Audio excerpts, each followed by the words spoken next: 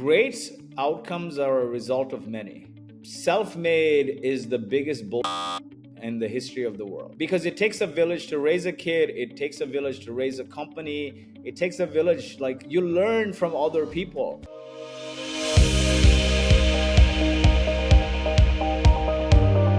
Hey, welcome back to another episode of the Growth and Scaling Podcast. Today, we have none other than the man, Lloyd. Lloyd, will you tell us who you are and what you do? Awesome. Yeah. So I'm the co-founder of a company called Boast.Ai, co-founded and helped bootstrap Boast.Ai to 8 figures in revenue and ARR. Boast is a fintech platform that provides businesses with R&D and innovation funding. Globally, there's hundreds of billions of dollars in funding from the government to support businesses, but it's a cumbersome application process. It's prone to frustrating audits, and receiving the money takes a long time. So we sought out to automate that process, and route to automating that process, we saw a great success ratio, right? So the process wasn't cumbersome anymore. The audits went down, but still it took a long time to get the money. So then we said, hey, we know these claims are going to be successful. So why wait for them to apply it for the government and wait for government processing times? Give them the money now. So we help companies claim, defend, and fund their research and development tax claims, basically R&D funding platform. And holy cow. So how risky is that? I mean, that sounds kind of freaky to me. No, it's not risky, actually. Like 95% plus success rate across thousands of customers. We've helped thousands of customers get hundreds of millions in funding since we've founded. And some of the fastest growing companies use Boast to fund their R&D. If you look at it, right, the parallel is MRR financing, SaaS financing, where you have a certain monthly recurring revenue, and you look at the business's financial health, and then you lend them that money, X times MRR. It's the same thing. We look at a company's financial R&D health, right? So we're looking into their R&D systems and seeing how much they're spending on R&D, and if it qualifies for any government funding, and then we front load them the cash, and eventually we help them also apply and make sure it's received back from the government. So it's same thing. And then now the future is, because we tie this very unique data set, right? So nobody ties R&D data to financial data. So we're collecting your research and development, your tech data, your product development data from your Jira, your GitHub, and then your financial data from your bookkeeping, your accounting, your banking, your payroll systems. Most cases, R&D has been a black box historically, right? R&D does something, but we don't know what it does, right? And so we're trying to bring more visibility to that. And so as a function of building a platform that helps companies get money for their research and development, we collected all this data. And so the next phase is now giving them analytics on how to accelerate innovation, right? Ultimately, why do you want money for R&D? To accelerate innovation, to grow your business, right? In the last 15 years, more than 50% of the Fortune 500 companies have evaporated because they don't innovate, right? And so we're saying, hey, we have all your data. We tie the technical to the financial. Now let us give you insights on how to innovate faster, what projects you should invest in, who you should hire, what's working, what's not, like AI-driven engineering productivity. So that's the story of That's amazing. That's the story of Boast. Now, en route to building Boast, we bootstrapped. My co-founder and I started the company out of his spare bedroom in his apartment, and nobody would talk to us, right? This was an industry where, if somebody has to give you their R&D data, that's huge trust to put in 2 guys in an apartment. And so, as founders, bootstrap founders, we're like, hey, the only thing we have is a network. I had worked for a number of venture-backed startups prior. So we started hosting meetups to scratch our own itch. I'm like, what's the best thing? What'll happen is we'll gain knowledge, we'll meet a bunch of other founders, and we'll build a community around it, hopefully, and we'll get social proof, so we'll be able to sell. The first meetup we did, 10 people showed up, then 20 people showed up, and more and more people started showing up to these meetups, because it was all tactical advice. It was a time where podcasts wasn't a thing. YouTube wasn't a significant thing. People would meet in person, and we would share very tactical behind the scenes, like how to go from A to B. One day, 200 people showed up at the co-working space, and they're like, guys, this is a conference. It's not a meet up at a co-working space. So get out of here. So that evolved into an actual conference which is called Traction today. It's grown into a community. And that first conference we had, Twilio CEO, Postmates CEO, Marketo CEO, wow, Neil Patel, who everyone knows from the marketing space. So we had the who's who. And what had happened was, after that. How did you do that? That's amazing. It's cold emailing, cold calling, right? Are you serious? So what happened was when we pivoted from that 200 person in a co-working space is not a meetup, let's do a conference. So we're like, okay, maybe let's do a conference then. And we started cold emailing everyone, built a list of like the $200 billion companies. And back then, there weren't many unicorns. So like $200 billion companies is a stretch. It was maybe like 50, and then it was some public companies, and then it was some hyper growth companies. So we got to like 200 names, and not just the CEO, but CMO, CTO. So we got 200 names, started cold emailing them. And, everyone's like, who are you guys? Like, whatever. I'm not going to come to a conference, right, from somebody I don't know. But what happened was a few people expressed interest. They're like, you know what? I might be interested, right? This sounds interesting. So I take the names of everyone who expressed interest and then email the rest of them, right? Saying these guys are interested.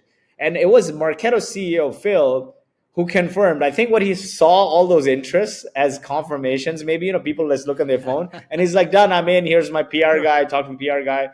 So then I used his name and reached out to everyone else who expressed interest. And it felt like a pack of dominoes. And this is so funny. So eventually we end up like in a couple of weeks confirming like 30 speakers for a one-day conference. That's insane, right? No way. Like 30 plus, right? And we didn't have a venue. So over the weekend, I used Squarespace to build a website.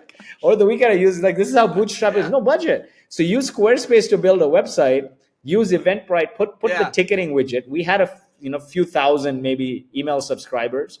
Sure. Send an e-blast, and we sold 50,000 in tickets because dude, you got Marketo CEO, you got Hootsuite CEO, you got Postmates, you got all these names. Plus growth hacking as a term was huge back then. And we got all the top growth hackers like from Dropbox and LinkedIn. Arthur Fawan was the head of growth at LinkedIn. Awesome. All these guys confirmed. So people just started buying tickets.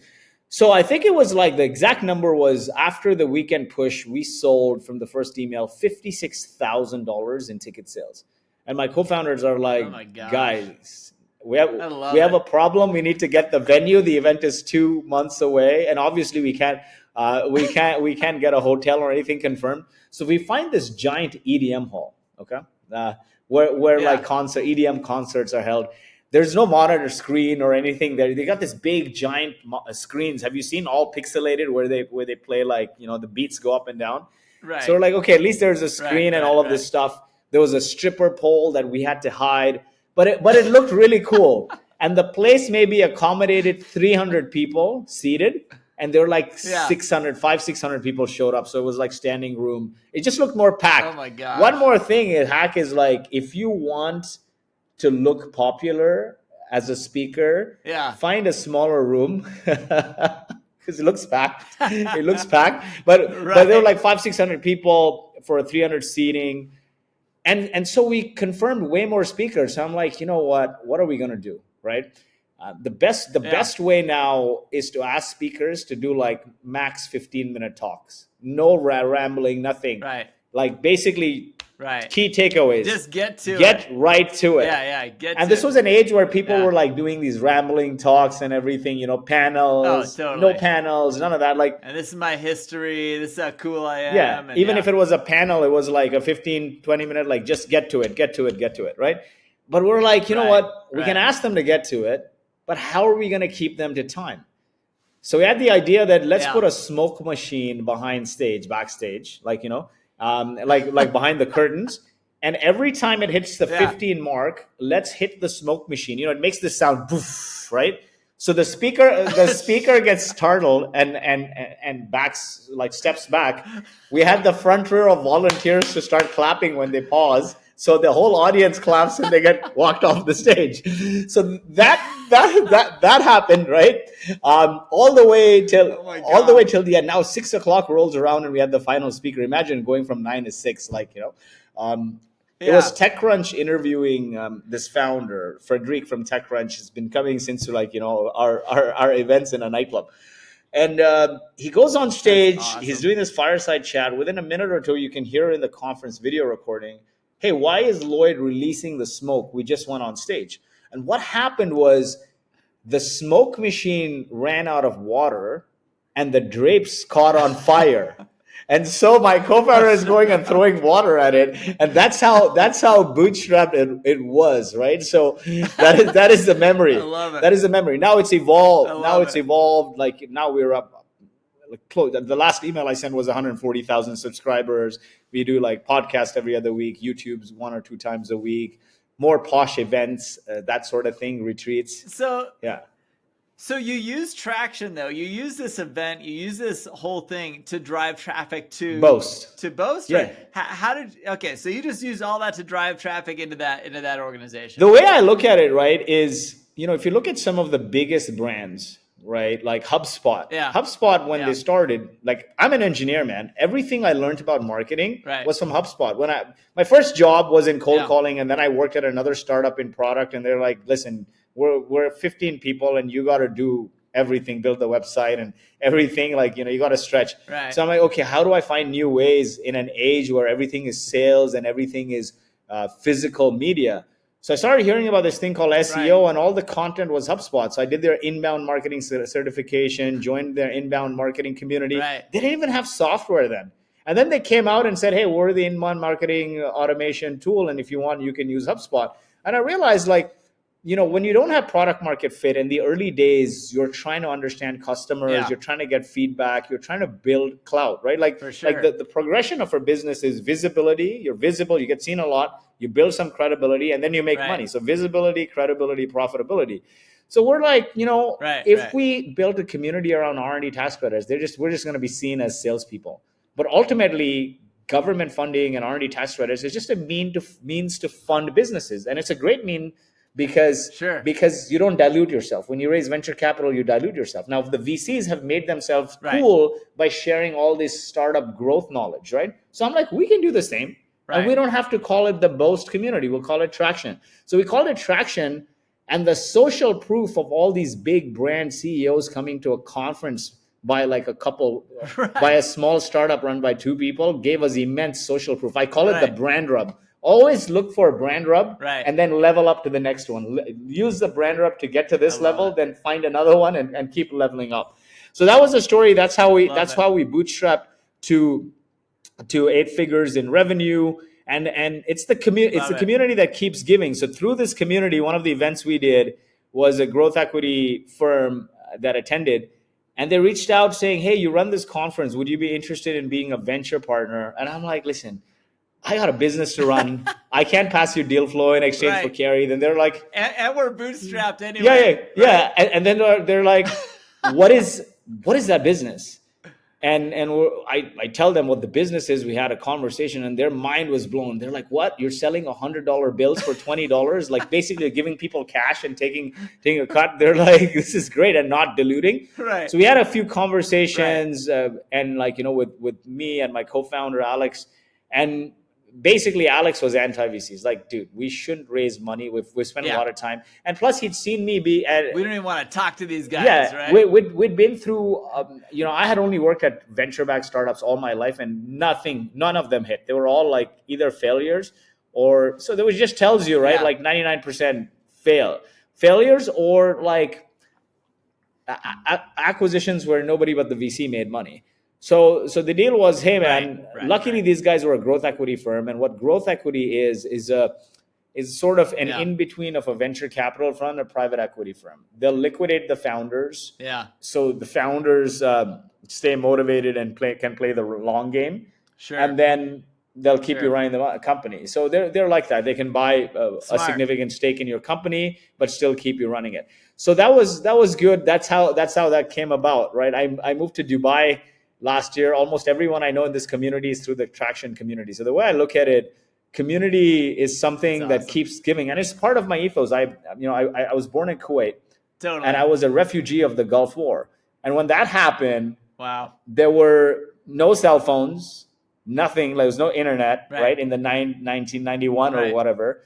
And the community, I remember. every apartment building sort of became a sub-community. What is a community? Somebody comes down and says, hey, I have this problem, looks around, they're like, yeah, we have a similar problem. Let's do something about it. You come together to create impact, right? And so every building became this sub-community. People would take turns guarding. Somebody who had access to food and water would organize that. Then they would communicate, walk over to the next building, communicate, and organize. And the whole community came together to evacuate the country. So that was my first experience with community.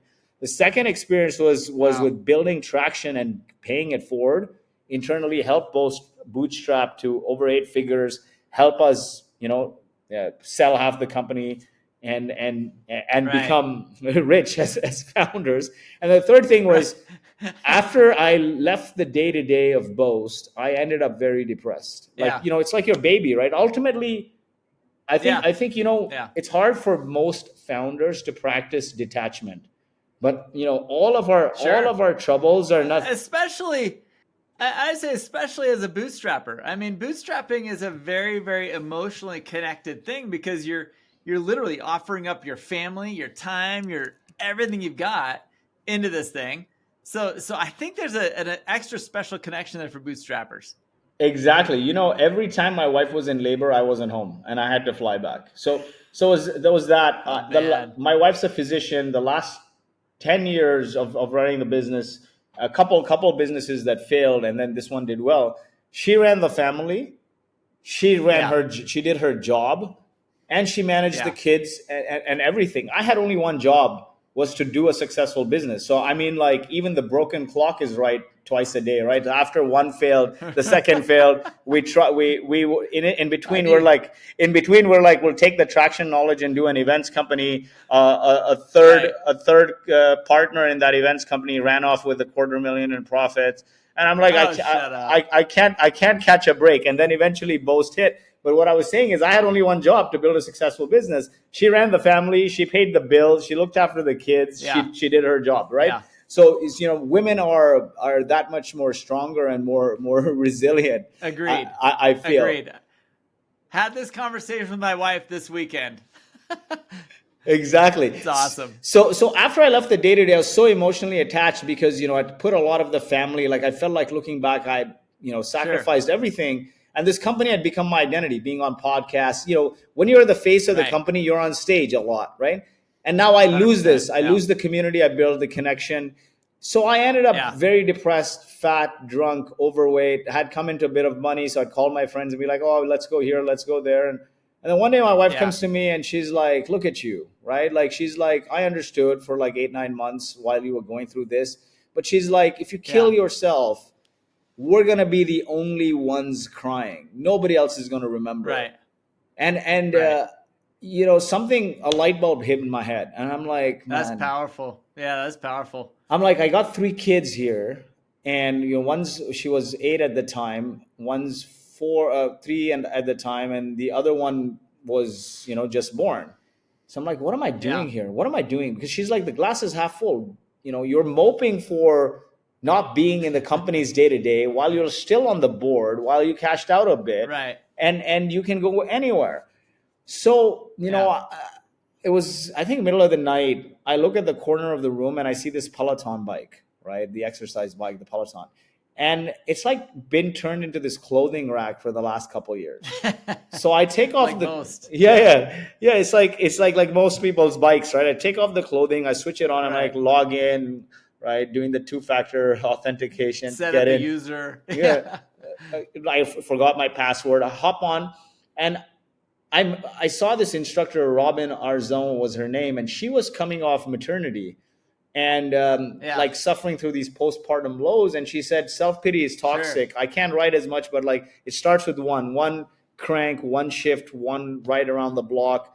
I can. And the Eye of the Tiger was playing in the background. So I started cycling and I felt an instant connection to her and the other riders. Of course, I'm autonomous because I'm in charge of my own destiny. As one ride turned into 2, 3, 4, I was getting like mastery over the bike, right? There's a great sense of purpose, like, the best way to create impact in the world is by focusing on my own health, right? is wearing your oxygen mask first. I was energized, of course, this instructor, the music, and then there was constant recognition. Every ride you complete, every streak you do, there's rewards and high fives and all of that. And through that, I came up with with this understanding that, hey, camper, right? Connection, autonomy, mastery, purpose, energy, recognition is what drives people. But that third thing was like, hey, the community's rescued me from the war. The community helped me build a successful company and get to where I am. And when I was depressed and, they just hit rock bottom and face planted, the community saved me again. And so I said, I'm going to go on this journey and fix my health, but as a give back to the community, I'm going to write a book on how to build and scale communities, leveraging all these stories. And so in the last little while, I've been working on a book called From Grassroots to Greatness, 13 Rules to Build Iconic Brands with Community-Led Growth. I love it. And how do you feel like, I'm a huge advocate for community, because I do feel like no matter what, whether you're a refugee, whether you're in an exercise community, whether you're in a business community, like it is so hard to carry the burden of all that stuff by yourself. I mean, most people will never ride their bike in their room all by themselves for a very extended period of time. But when you're part of a community and you're accountable to somebody else, you do it, right? Same thing with business communities, same thing with your traction community. I mean, how do you see the benefit of people who are not part of a community in joining one? Great outcomes are a result of many. It always takes a village. Right? I think self-made is the biggest bullshit in the history of the world, right? Like people will say that. Because it takes a village to raise a kid. It takes a village to raise a company. It takes a village, like you learn from other people. What community does, it expedites that learning and connection. Ultimately, what they say is you're the sum of the 5 people you surround yourself with, right? You're the sum of your network is your net worth.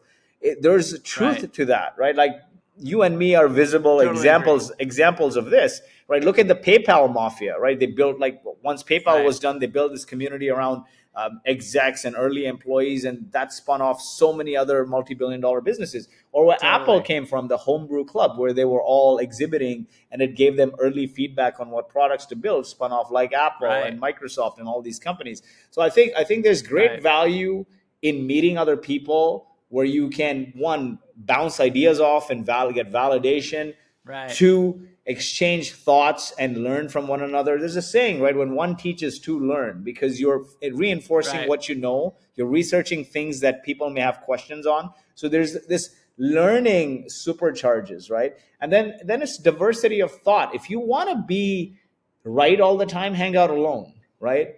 But if you want to win a lot, you got to go with people.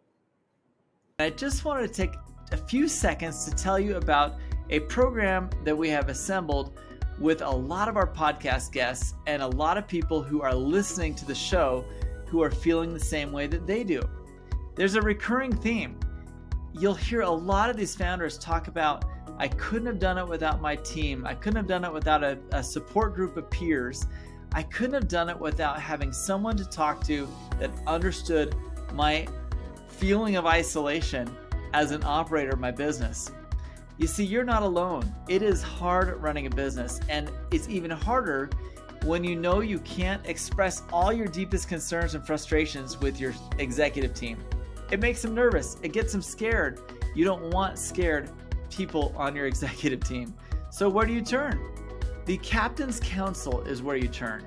The Captain's Council, it is an organization that we are put together with podcast guests, as well as people who are listening who are in the same boat.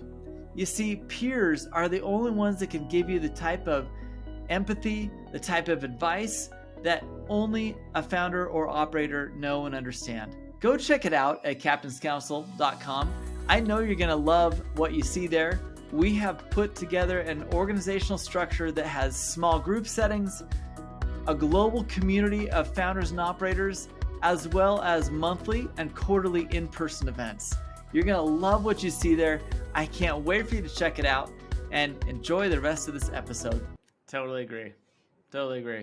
I love it. I love it. Now, I mean, I honestly have so many questions I want to ask you, but we do have limited time because I'm not Joe Rogan, and I'm not going to have a 3-hour podcast today. But I would love to hear, as you started going down the journey of your top of funnel being podcasts and these events, things like that, and kind of funneling people into your business. What model do you see? Where do you see people making the biggest mistakes in their, I guess, exposure and building the exposure to their product and trying to get people aware, building that awareness on social media and other places? A couple things. One is people, when they hear community, they think of it as yet another marketing channel like ads or SEO. Right. And they're like, oh, how long is it going to take me to generate sales? What platform should I sign people up? What platform should I sign up for so I can dump people in?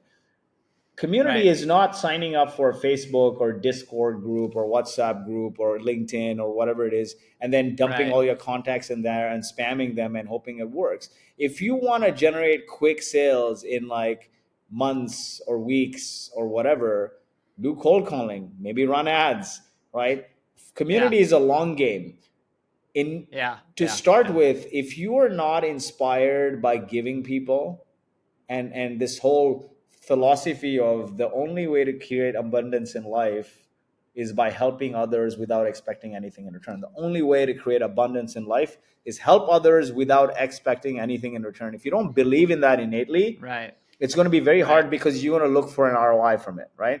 You're going to keep looking on how to monetize it. And then when you do that, I often say, when you focus on money, you make short-term decisions. When you focus on control, you destroy relationships. The only way to build something lasting is to focus on impact. Then you start forgetting the impact. Then you're like trying to control who the players is, control the message, try to oversell, and that's hard, right? So I say, like, as a bootstrap company, you obviously need a instant gratification channel, which is like usually sales, right? Like pound the phones, whatnot. But then you also need a long-term brand builder, and that is community. Because when you don't have any customers, you can leverage the community to give you feedback on what to build.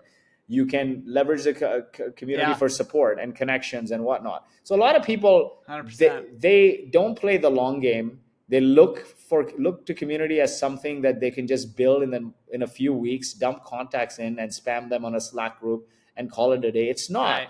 Community is genuinely about bringing people together. So the framework is here, right? Like, you pick a niche, like with anything. The first thing is alignment. Great communities, great cultures are built on alignment. You got to figure out the purpose, why you exist, the vision, what the world will look like as a function of you existing, the mission, how you do it, and the values, how you behave. And that is important because usually with communities, it's just not you and your employees. It ends up becoming volunteers and everyone else. Once you have that and you're aligned around it with like the early nucleus, the core founders and a couple other people, you got to figure out your ICP. Like, who is this ideal person? Where do they live? Where do they eat, breathe, drink, sleep? What are their pains? What are their aspirations, right? You figure that out. Then the third step is figuring out what type of community you want to build. There are 3 kinds of communities. Community of practice, where it's focused on learning together, like a HubSpot or Gainsight. Make people better customer success professionals. Make people better marketers. Let's learn together. Usually when you have no product market fit and you are targeting a set of professionals to make them better, it's a community of practice, right? Centered around learning together. The next one is a community of product, where you're turning customers into evangelists. But if you don't have product market fit, nobody's going to want to join that community. And then the third kind of community is community of play, which is all about having a good time. So like whether it's your basketball club or your paddle club or what parties that Red Bull throws, it's about that. Once you have these 2 things figured out, you know the pains of your ICP, you know where they hang out, what channels they live on, then you can create audience through content initially. So this is a framework. Like, first you have an audience, right? So you can create an audience by either curating content, meaning summarize and writing thoughtful content via videos, text, right? Or you can be the expert in your niche. You can be an expert in your niche only if you are like, say your niche is like maybe 5-figure revenue entrepreneurs and you're at 8 figures, 5 or 6. So you can help them. But if you're not that, you can curate the content. So create the audience. Great way is LinkedIn. Great way is Instagram, right? Like start creating an audience, but pick one channel and go deep. It's better to be an inch wide and a mile deep than be everywhere and not be anything. You can create a newsletter to create an audience on Substack. Like we were, I may have like 15,000 followers on LinkedIn, 11,000 on YouTube, but my email is 140,000 subscribers with like a near 40 plus % open rate. So it's all email. Pick the channel. Email is not dead? Email is not dead, man. Like email, dude, if email was dead, like Outreach and Gong and all these companies that are multi-billion-dollar unicorns and Salesforce, they would stop existing. Email is the biggest where people transact, like e-commerce. Like imagine the larger the purchase,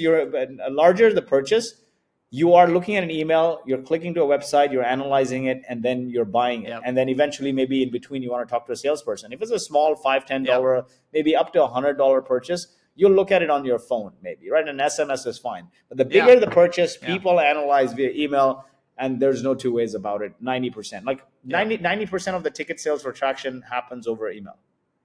Right? That's awesome. So that just tells you. So you pick a channel to engage with your audience, right? You have an audience basically. Once you bring that audience together, you have a community. It's essential, right? And that bringing people together could be in the start. You could run like Zoom webinars, maybe like meetups. Totally. But there's no substitute for in-person, because there's this theory that anytime you incorporate more than two senses, you start to build stronger connections. Now we're sound and sight. If we were in person, we'd likely be doing it in a studio over drinks. There's taste, there's touch, there's smell, and we're there for hours. Maybe we'll have dinner after, and then you build stronger connections. We're talking about kids and family where we get to know each other better. So the sooner you can do IRL meetups, I strongly believe in that. But turn that, whatever you do, pick one way to build an audience, add another way to turn that audience into a community by bringing them together.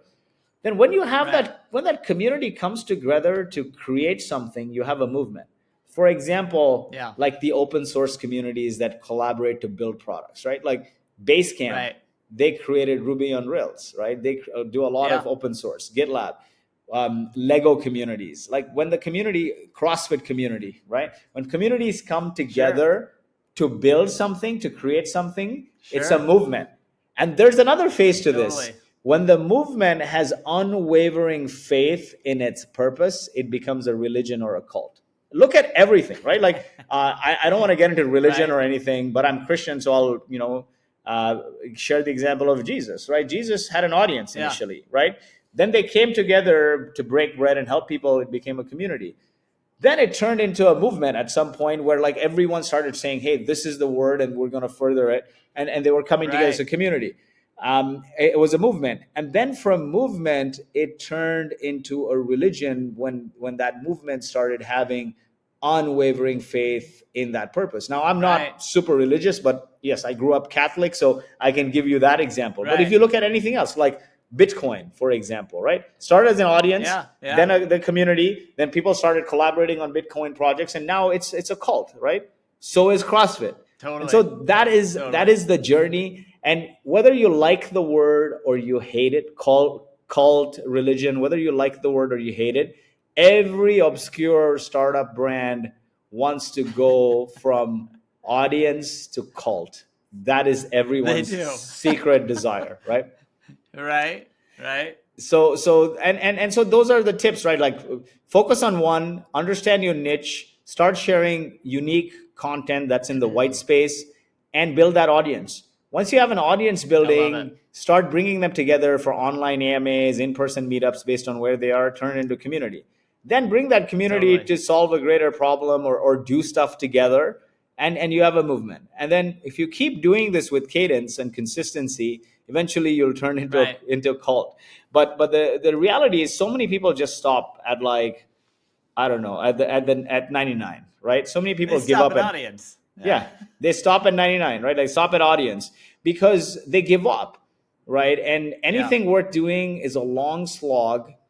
And just because somebody has a TikTok following and you can't, doesn't mean you should stop, because maybe your audience is engaging on newsletter. Like, We tried everything, but we see the most engagement on newsletters. So I'm like, this is great.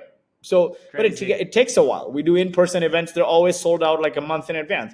So you got to find your channel that'll work. Giving up is not an excuse, because the thing is, all success is doing one or two things consistently well over time. The compound interest and consistency is what leads to overnight success. Yeah, I love hearing those stories of 14 years of effort turning into an overnight success, right? Exactly. It's all the time. Exactly. Well, Lloyd, we could keep talking for hours, I think, on this topic. I am also equally passionate about building audience and building traction through building community. I think building community around your business, around your offer, around how you like to help people is so valuable. I know that you are producing content all the time on social media, right? And I encourage everyone listening, if you want to know more about how to build this community, how to really dive deep into helping the people that your business is set out to help, you need to look into Lloyd's content. You need to really start following and understanding what he did to build his company and grow and scale on a bootstrap basis. You can do it. I mean, you really can. And you just need to listen to the advice given in today's podcast, as well as what else he talks about on his own podcast, and where he's producing for YouTube and things like that. There are people out there who are living and breathing this and making it happen. So if you are looking for that next way to build your community around your brand, around how you want to impact people, this is the episode. This is how you do it. This is the starting point for you to turn your business into a cold, stale method of community into something that's more vibrant, connected, and emotionally passionate about what you do. I think, just look at yourself, right? If you look at brands of the past, they were built on telling the world what they were.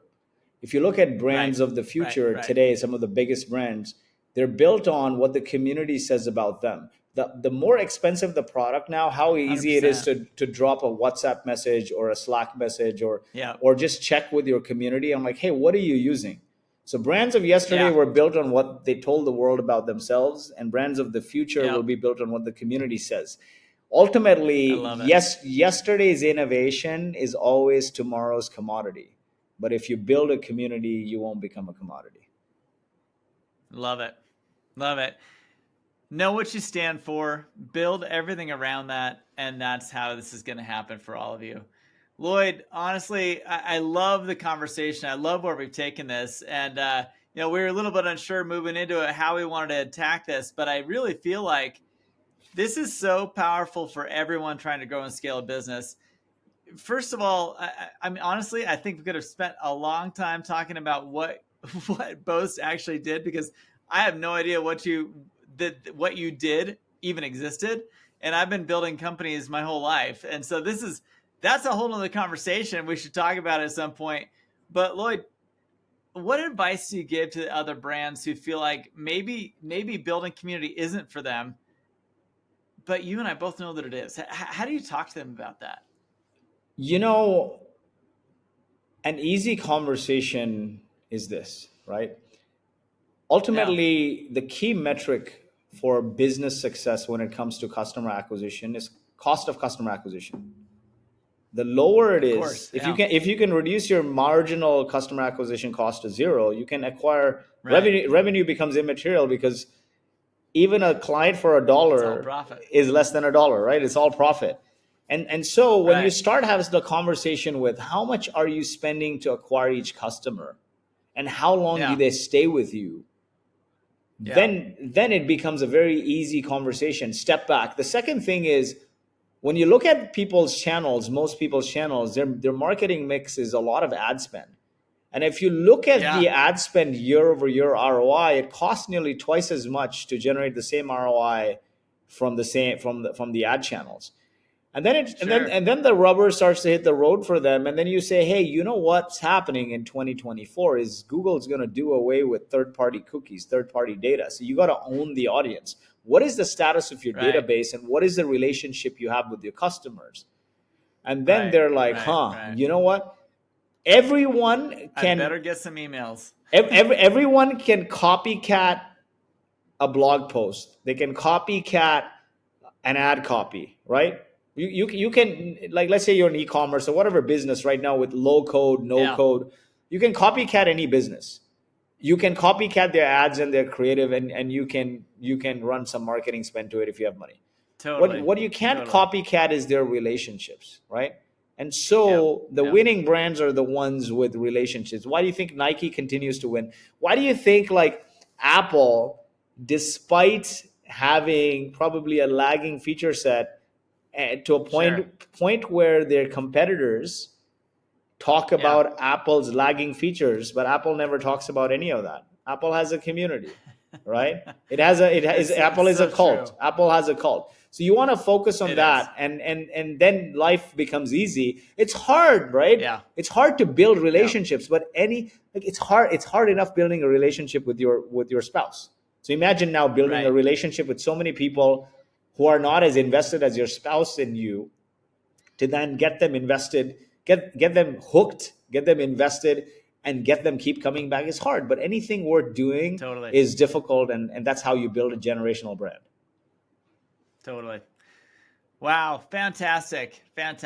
Love this content. Love where we went. Lloyd, thank you so much for joining me all the way from Dubai to do this interview. And I appreciate you so much. Thanks, man. I wanted to do it before I head back to San Francisco because, like, I think the summer is going to be a whirlwind of, different grandparents and different siblings' homes with the kids. Totally. Awesome, man. Enjoy it, buddy. Take care. Love and peace. Yeah. Bye, Todd. What did you think of this man? Lloyd Lobo is a man to be reckoned with. He has got an influence that is powerful. He's been able to convert people that follow him into his programs like few others have been able to do on a corporate level. If you have built a business and you are not leveraging your influence amongst your marketplace on social media in any way, shape, or form using modern technology, you are really, really missing the boat. The thing I love about Lloyd is he's not afraid to talk about how he did it, what he's done to do it, and the passion he has for his following and the people within his group is just evident all over in what he does. I love this interview, and I hope you can implement parts and pieces of what he talked about. If you can, watch and rewatch and make sure you understand what he's talking about, because it is valuable. His love for community and his building of community reminds me of our sponsor today, which is Captain's Council. Captain's Council is an organization for CEOs and founders who are in the process of growth and scaling. We're not looking for people in launch mode. We're looking for people that are beyond the launch. People that have questions that they are too afraid to get answered. Scaling, focusing, building the business from launch point and beyond. How do I get to that next level of growth? These are the types of questions that are asked inside of our community. Don't say you don't have time, because I promise you, when will you ever get a chance to get 10 other founders on a call with you to discuss your problems and get feedback from people who are actively running businesses in today's environment? The answer is you will never get that opportunity.